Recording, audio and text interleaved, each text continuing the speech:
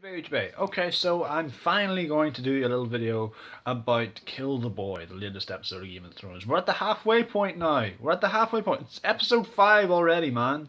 Um, Fuck me. Wow, it's time flies. You wait all year for it, and then you're 5 weeks in, and then fuck, where's it all gonna go?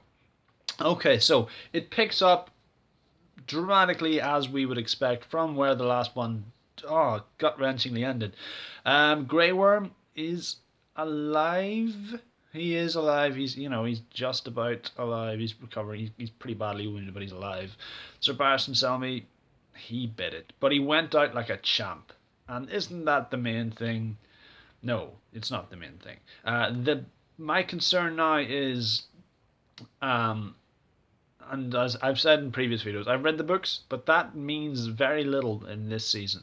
Um, he was he was the one who was sort of keeping Daenerys on an even keel. He was like, "Look, I knew your father. He was the Mad King. Nobody lied about that.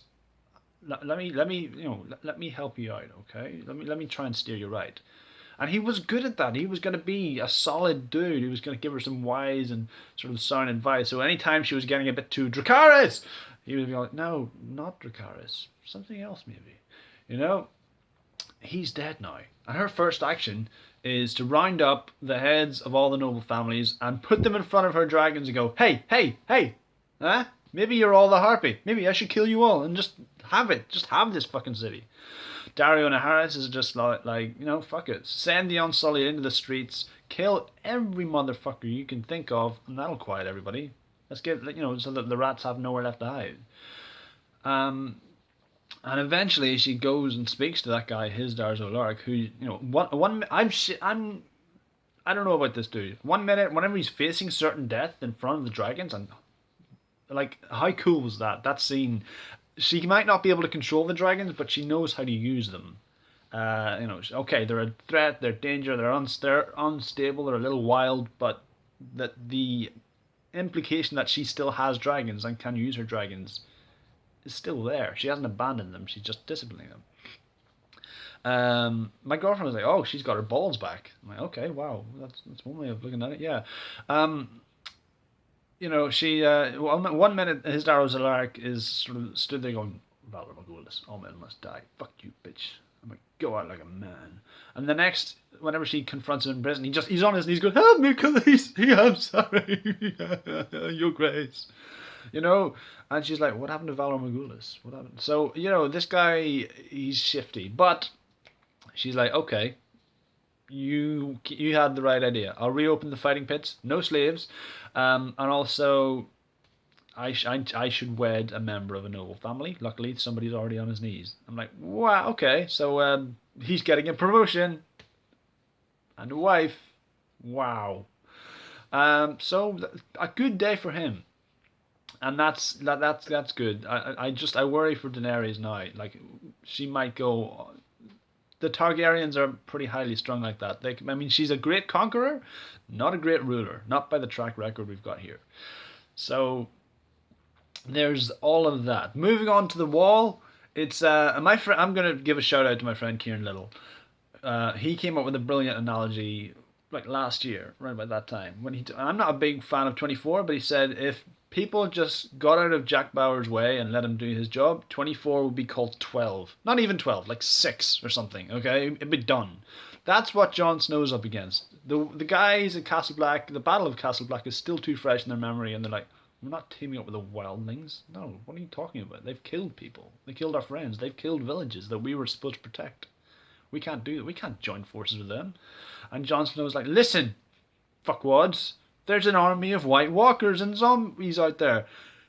If we don't take them in, they're just gonna join that army. What the fuck?" And it's a very obvious point that he's making, but none of the Night's Watch, the seasoned veterans, they've been in this job for a long time, and even the new boys who've just been up against them, they just can't. They can't fathom it, and it's only going to cause even the little guy, even Ollie. Like, he tells his steward, the guy whose family was like killed in the last season and like cannibalized by that bald dude. He was like, "This is a trick, right? You're not really gonna join forces with them. You're just gonna lure them in, and then you're gonna kill them." He's like, No, it's not a trick. We need to work with them. You understand that. Winter's coming, and we know what's coming with it. Alright? We have to guard the realms of men. They are men. We must guard them. You know? So now, Tormund Giantsbane is like, okay, you come with me, we'll get some more wildlings, but they need to hear it from your mouth. They need to know that you're not going to burn them alive. So Jon Snow's going off to do that. We see finally Stannis is like taking action. He's like, I can't afford to wait any longer. Winter is indeed coming, and it's only going to get worse. We got to lead the wall now. This is where my conquest of the North begins, and this is Stannis' season, man. He's always been sort of a side character. His storyline hasn't been great for the past. In season 3, season 4, he didn't get up to much. He just didn't. It wasn't until he got to the wall, and we've seen everybody else whittled away. Robb Stark's dead. Daenerys is on the other side of the world. Renly died pretty early on, and he still has to answer for that. Speaking of which, Stannis is on his way to Winterfell. Brienne is just outside Winterfell. That's going to be interesting. Stannis is a pragmatic ruler. He's not a likable guy, not immediately, but he's got a heart. He is, he's the rightful king. Many people believe they're the rightful king, but in this case, he's Robert Baratheon's younger brother, the middle brother. It's his. He knows it's his. So yeah, he's got my vote, and he's going about it all the right way. He's not trying, like he said, he's not trying to win the throne and then save the kingdom. He's trying to save the kingdom, then win the throne, and that's what he should be doing. And that he's the only practical and pragmatic king, ruler, and lord in Westeros right now. He's getting shit done, is what I'm saying. Moving on to Winterfell, obviously there's Sansa and Theon get reunited. Not Theon, Reek. How much did you think that bitch Miranda was gonna leave Sansa in the cellars with the dogs, just and set the dogs out? So that was pretty tense. And then you get to the bottom of the hallway and you see Theon curled up, just gibbering, and you shouldn't be here. That was heavy, man. And there's that really weird dinner scene. She's not playing the Game of Thrones. She's went from being really deftly dark Sansa, sort of politically aware and manipulating, to being just kind of doe-eyed. Huh? What? No? Winterfell? All in the space of an episode. I don't understand. But there's time for that. You can see, whenever Roose Bolton tells Ramsay, "Oh, by the way, we're pregnant. We're having another kid." You can see she's just like, "Yeah, you didn't see that, did you?" Mm-hmm. So yeah, that's a thing. Really interesting to see where that goes. I have some speculation as to what's going to happen with Sansa towards the end. And I can't wait. No Arya this week. No King's Landing action this week, actually, as well, which is kind of a rarity. But we have very few characters that we care about in King's Landing now. Jaime's not there. Brienne's not there. Sansa long gone. I can imagine Littlefinger will be on his way down there shortly. He should appear in the next episode or so. But moving on across the sea, across the narrow sea, we're sailing through the Doom of Valyria, which is Valyria was basically it got Pompeyed in old times. Even the dragons were destroyed, mostly in that through Valyria. But we're sailing through the ruins with Jorah Mormont and Tyrion, and then there's a beautiful moment where Tyrion sees Drogon for the first time. He's just like, what?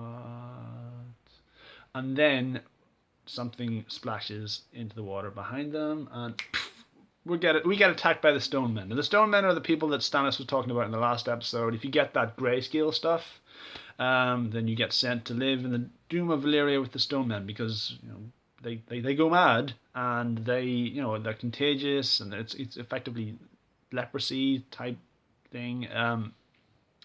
They're kind of zombies. They don't want to eat you. They're just insane, it seems. They almost had a supernatural quality to them with the coming out of the water and things like that. We don't know quite how the fight ended, but we know both Jorah and Tyrion survived. Tyrion got out unscathed, as is his wont. Jorah Mormont, not so much. He's alive, but he's got a wee bit of the grayscale there. And if that was me, he was just arm off, But that'll be interesting. It'll be interesting to see how his reunion with Daenerys goes with that. And that's fatal, man. That's like you end up as one of those dudes. I don't. There's no. There is a cure. Like Shireen Baratheon, she's been treated for it, but only because she got it when she was young, and it's fine now. So cool. But yeah. So we're at the halfway point of Game of Thrones season 5. This episode had a lot of moving parts, but it didn't do the usual trope where Game of Thrones falls into that trap where it has to. We've got so many characters, we need to check in on each and every one. The only time it got close to that was with like Brienne and Podrick. Their storyline is just it kind of feels forced on us right now because they don't really feel like they're doing it much. But I'd like to believe that that's gonna pay off in a big way towards the end. I hope so, certainly. Brienne's just being stubborn now. He's like, oh, I serve Lady Catelyn. I promised to keep her safe. You swore that to Lady Catelyn, and both the Stark daughters refused to go with you. What does it tell you? Go home. But who knows? What do I know? Maybe it'll all pay off. Anyway, that's a little video I did about Game of Thrones Season 5, Episode 5, Kill the Boy! If you like this video, please click like, subscribe, view, share, and all the usual jazz, and I'll see you when I see you, YouTube. Goodbye.